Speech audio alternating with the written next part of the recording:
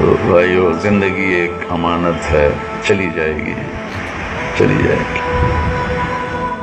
اب عمر بن عبدالعزیز 3 بر اعظم کا حکمران، 42 سال عمر، جوانی،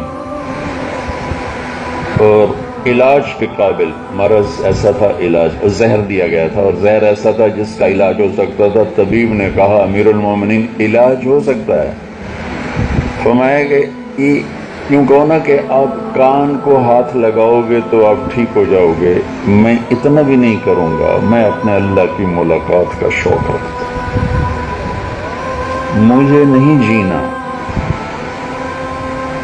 وہ ڈیفنس کے چھوٹے سے گھر کے مالک نہیں تھے، 3 بر اعظم پر سلطنت تھی، اور واحد شخص ہے جس کے زمانے میں کوئی بغاوت نہیں، بنو امیہ بنو عباس کا جو آگے ایک لمبا سلسلہ چلا ہے، واحد حکمران ہے جس کے دور حکومت میں کوئی بغاوت نہیں، سب نے ہتھیار پھینک دیے، ان کے عدل کے سامنے سب نے گھٹنے ٹیک دیے۔ اور وہ شخص جب گورنر مدینہ تھا تو 60 اونٹوں پہ صرف اس کا ذاتی سامان لادا جاتا تھا دوران سفر۔ اور جب وہ دنیا سے جا رہا تھا تو ان کے سالے مسلمہ بن عبد الملک بہت نیک سرداروں میں سے تھے بنو امیہ کے، وہ حال پوچھنے آئے تو کپڑے میلے دے کر اپنی بہن سے کہا، فاطمہ ان کی بیگم، ان کی بہن عبد الملک کی بیٹی، کہ امیر المومنین کے کپڑے بدلوا دو، لوگ پوچھنے آ رہے ہیں۔ کہا جی بھائی بدلوا دیتے۔ اگلے دن آئے تو پھر وہی کپڑے، تو انہوں نے فرمایا کہ وہ کپڑے نہیں بدلوائے، تو وہ دوسری طرح منہ پھیر کے رونے لگیں، کہا کہاں سے بدلواؤں، جوڑا ہی ایک ہے، جوڑا ہی ایک ہے۔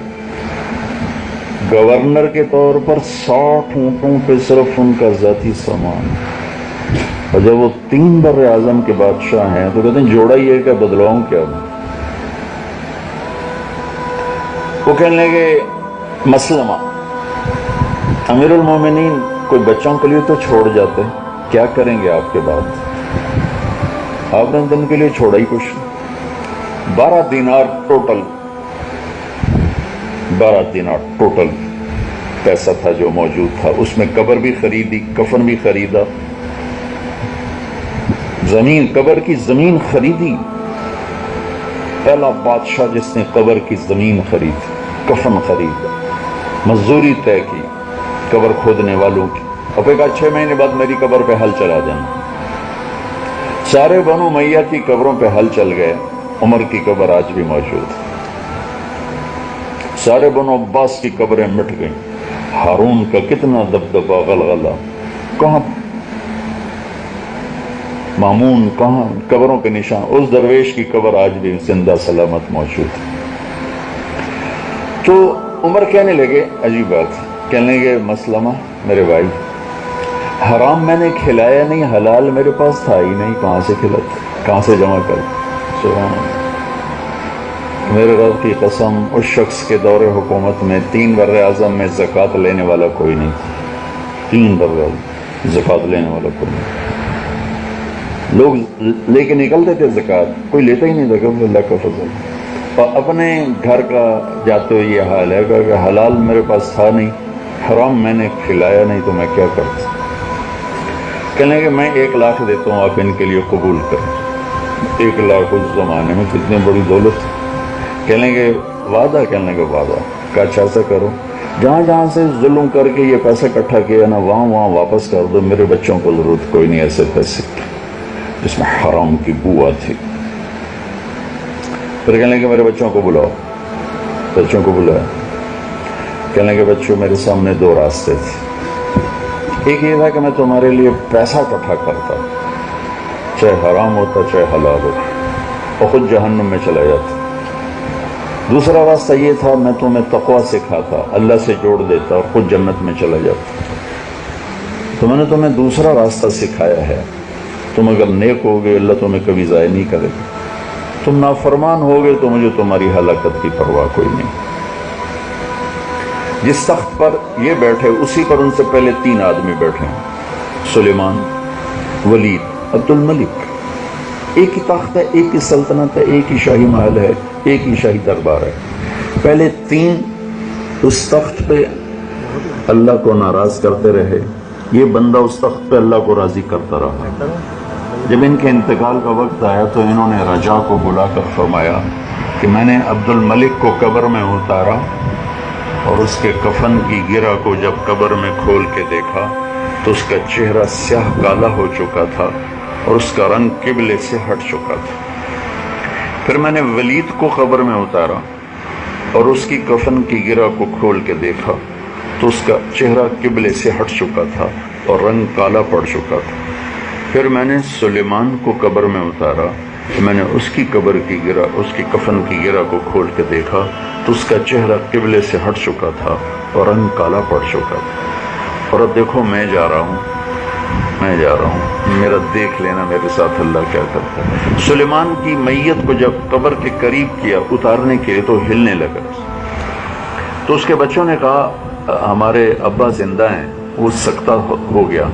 تو عمر بن عبدالعزیز نے فرمایا کہ بیٹو زندہ نہیں ہے، قبر کا عذاب پہلے شروع ہو گیا، جلدی کرو، جلدی شروع ہو۔ اچھا یہ ان تینوں نے کیا کوئی بدماشی کی تھی، کوئی فحاشی، نمازیں چھوڑی تھی؟ ولید بن عبد الملک تہجد میں روزانہ تہجد نفلوں میں کھڑے ہو کر 10 سپارے کی تلاوت کرتا تھا، 10 سپارے کی تلاوت کرتا تھا۔ عبد الملک بن مروان اس زمانے کے بڑے علماء میں تھا۔ عبداللہ بن عمر جیسے ہستی نے فرمایا میرے بعد کوئی فتویٰ لینا ہو تو عبد الملک بن مروان سے لینا، جب ابھی اس کو خلافت نہیں ملی تھی اور ان کے چہرے کالے پڑے۔ انہوں نے اپنی سلطنت کے لیے ظلم و ستم کے پہاڑ توڑے، لوگوں کے حقوق پر ڈاکے ڈالے، حقوق اللہ میں کوئی کمی نہیں تھی ان کی، نماز، روزہ، ہر سال حج کرنا، حج نہیں پہ جا رہے تو کسی کو حج کے پر اپنی طرف سے بھیجنا، قافلوں کے قافلے بھیجنا، لوگوں کے حقوق پر بات کیے۔ اللہ نے چہروں کے رخ قبلے، شرابی کا چہرہ قبلے سے نہیں مڑتا، چہرہ کالا نہیں ہوتا۔ یہ تو موت آخرت میں ساری چیزیں ظاہر ہونے والی ہیں، کسی کو اللہ تعالیٰ عبرت کا نشان بنانے کے لیے دکھا دیتا ہے۔ کہا بھائی مجھے دیکھ لینا میرے ساتھ کیا ہوتا ہے۔ ان کے دور خلافت کا ایک اور واقعہ سنا دوں۔ تاجر لوگ بیٹھے ہیں، پیسہ کمانے میں ہمارے ہاں جھوٹ سچ کو نہیں دیکھا جاتا، حلال حرام کو نہیں دیکھا جاتا، سود تجارت کو نہیں دیکھا جاتا، بس کاروبار ہے۔ ہم تو جو دنیا دار لوگ ہیں، یہ لفظ کہہ کر ہر غلط اپنے لیے جائز قرار دے دیں، اور یہ ہم تو دنیا دار لوگ ہیں۔ ارے بھائی کون دنیا دار ہے؟ ہم میں سے کون ہے جو دنیا دار؟ روٹی نہیں کھاتے، کپڑا نہیں پہنتے، گھر کی چھت تلے نہیں، بچے نہیں، بیوی نہیں، ساری دنیا دار ہے۔ دنیا دار کا مطلب بھائیو یہ ہرگز نہیں ہے کہ اللہ کی حدود کو توڑ دیا جائے۔ یہ عید کا موقع آیا تو ان کے بچوں نے اپنی ماں سے کہا کہ ابا سے کہو ہمیں کپڑے لے کر دیں، عید کے لیے کپڑے لے کر دیں۔ فاطمہ بنت عبد الملک انسانی تاریخ میں واحد خاتون ہے جس کی ٹکر کی سیاسی طور پر کوئی عورت آج تک نہیں آئی، آج تک، کل کا پتہ نہیں، آج تک۔ یہ عورت 7 نسبتوں سے شہزادی تھی، اس کا دادا بادشاہ بنا، اس کا باپ بادشاہ بنا، اس کا خامند بادشاہ بنا، اس کے 4 بھائی بادشاہ بنے۔ 7 نسبتوں سے یہ خاتون ملکہ گزری ہے، ایسی عورت آج تک کوئی نہیں آئی سیاسی دنیاوی لحاظ سے۔ جب حضرت عمر خلیفہ بنے تو کہیں گے فاطمہ میں تیرا حق ادا نہیں کر سکوں گا، طلاق چاہو تو لے لو۔ کہا نہیں مجھے نہیں چاہیے، کہ پھر مجھے اپنا حق معاف کرو۔ کہا میں نے معاف کیا۔ تو حضرت عمر آئے تو حضرت فاطمہ نے کہا کہ بچے کپڑوں کا کہہ رہے ہیں، تو عمر کہنے لگے میرے پاس تو پیسے کوئی، میں کہاں سے لے کر؟ جب کہ انہوں نے آپ سے عرض کیا ہے کہ 3 بر اعظم میں کچھ زکوٰۃ لینے والا نہیں تھا، کہ میرے پاس تو پیسے کوئی نہیں، کہاں سے لے کر؟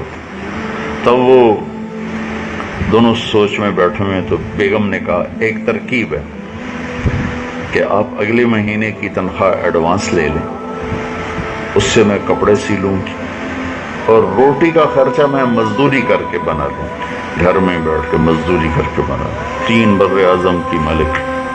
کہنے لگے ہاں یہ ٹھیک ہے، تو اپنے وزیر خزانہ کو بلایا، اس کا نام تھا مزاحم۔ کہنے لگے مزاحم اگلے ماہ کا وظیفہ ایڈوانس چاہیے، ہم نے بچوں کے کپڑے لے۔ وہ کہنے لگا امیر المومنین آپ مجھے ایک تحریر لکھ کر دے دیں کہ آپ اگلا مہینہ زندہ رہیں گے، میں آپ کو دے دیتا ہوں۔ آپ مجھے گارنٹی لکھ کے دے دیں کہ آپ 1 ماہ زندہ رہیں گے، میں آپ کو دے دیتا ہوں۔ چپ کر کے اٹھے، ایک لفظ نہیں بولے اور گھر آ گئے اور کہا فاطمہ بچوں سے کہہ دو کہ تمہارا باپ کپڑے لے کے نہیں دے سکتا۔ اوہو، یہ کہنا آسان تھوڑا ہی ہوتا ہے، جبکہ اتنے اسباب ہاتھ میں ہوں۔ جس کے پاس ہے ہی نہیں وہ تو ہے ہی، صبر ہی ہے، لیکن جس کے پاس سب کچھ ہے پھر وہ کہتا ہے کہ نہیں۔ تو عید کی نماز کے بعد جب سارا خاندان ملنے کے لیے آیا بنو امیہ، بچے بھی آئے، تو بچوں کی حالت وہی شکستہ تھی۔ تو عمر رضی اللہ کی آنکھوں میں آنسو آ گئے اور فرمانے لگے کہ بچوں آج تم سوچتے ہوگے کہ ہمارے باپ نے بڑی زیادتی کی، ہمیں ایک جوڑا ہی نہیں لے کر دیا۔ تو ان کے ایک بیٹے تھے عبد الملک، وہ باپ سے پہلے ہی فوت ہو گئے تھے۔ کہنے لگے امیر المومنین آج ہمارا سر بہت اونچا ہے، ہمارے باپ نے خیانت نہیں کی، ہمارے باپ نے خیانت نہیں کی، میرے دیس کو لوڈ شیڈنگ نے ڈبویا، میرے دیس کو جھوٹ اور خیانت نے اور ظلم نے ڈبویا۔ جس قوم میں، جس فرد میں، قوم یا فرد جھوٹ ہوگا، ظلم ہوگا، دھوکہ ہوگا، انہیں تباہی سے کوئی نہیں بچا سکتا۔ جس قوم یا فرد میں انصاف ہوگا، سچائی ہوگی، دیانت ہوگی، اسے دنیا کی ساری طاقتیں مل کر ذلیل نہیں کر سکتی، چاہے وہ کافر ہے چاہے وہ مسلم۔ یہ قانون مسلم کافر سب کے لیے برابر اس دنیا۔